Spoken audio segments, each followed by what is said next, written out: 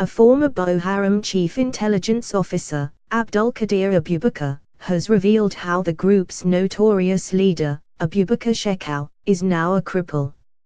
Abubakar did not, however, disclose how Shekau became a cripple. The former Boko Haram CIO condemned the group's killings and advised Shekau to surrender as their activities have no place in Islam. Besides, he also warned Shekau to stop using innocent girls who are being hypnotized as human bombs. Abubakar, also known as Abu Muhammad, also warned other factional leaders of the group, such as Mamunah, Abiy Mayok, Abu Musad al-Barawi and Abba Mayok, to repent from their deadly ways and embrace peace. Abubakar was the CIO of the terror group and one of its top commanders, until his arrest in June this year by the military, in Bayadi, in Gujba local government area of Yobe State. The former commander, who spoke to Nigeria in his cell in Maiduguri, Borno State, regretted that a lot of innocent young girls were captured, tortured, hypnotized and used by Shekau in suicide bombing. Shekau should remember that he was nobody but an ordinary student.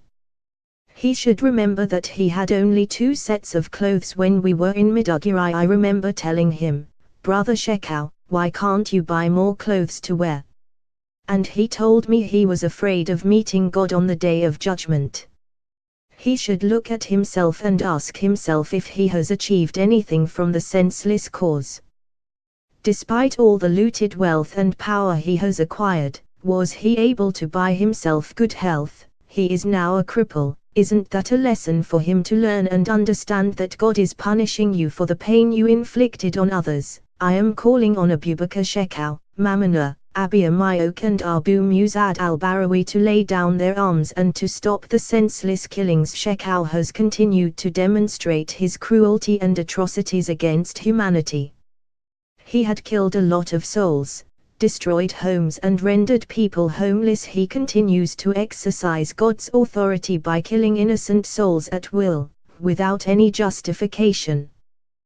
This was why all his commanders left him. He doesn't have pity for the aged, women, children as well as young girls, who are mostly suffering and dying in his camp. His followers are raping and committing all sort of atrocities under his nose while he continued to show no concern. Many who dared to question his dastardly acts were promptly eliminated by Shekau.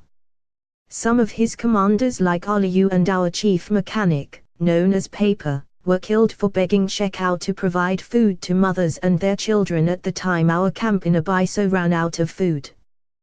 When Shekau was told to help them, he said he did not come to Sambisa to feed the children of Hayduk. He said if 100,000 of them die every day, that's none of his business. At some point, women became beggars, to feed their children in Sambisa, while at least 13 children died of malnutrition and other hardship meted on them by Shekau. This is the reason why Mamunah, al-Barawi, Mancheri, Abiy Mayok and Abba al-Barawi, including myself, deserted him and formed our factional groups. Mamunah moved to the shores of Chad while al-Barawi and Abba, last born of Muhammad Yusuf, remained at the shores of Maiduguri. All of us, as at then, were all hunting to kill Shekau, just like the Nigerian military, because of the atrocities he committed under our name.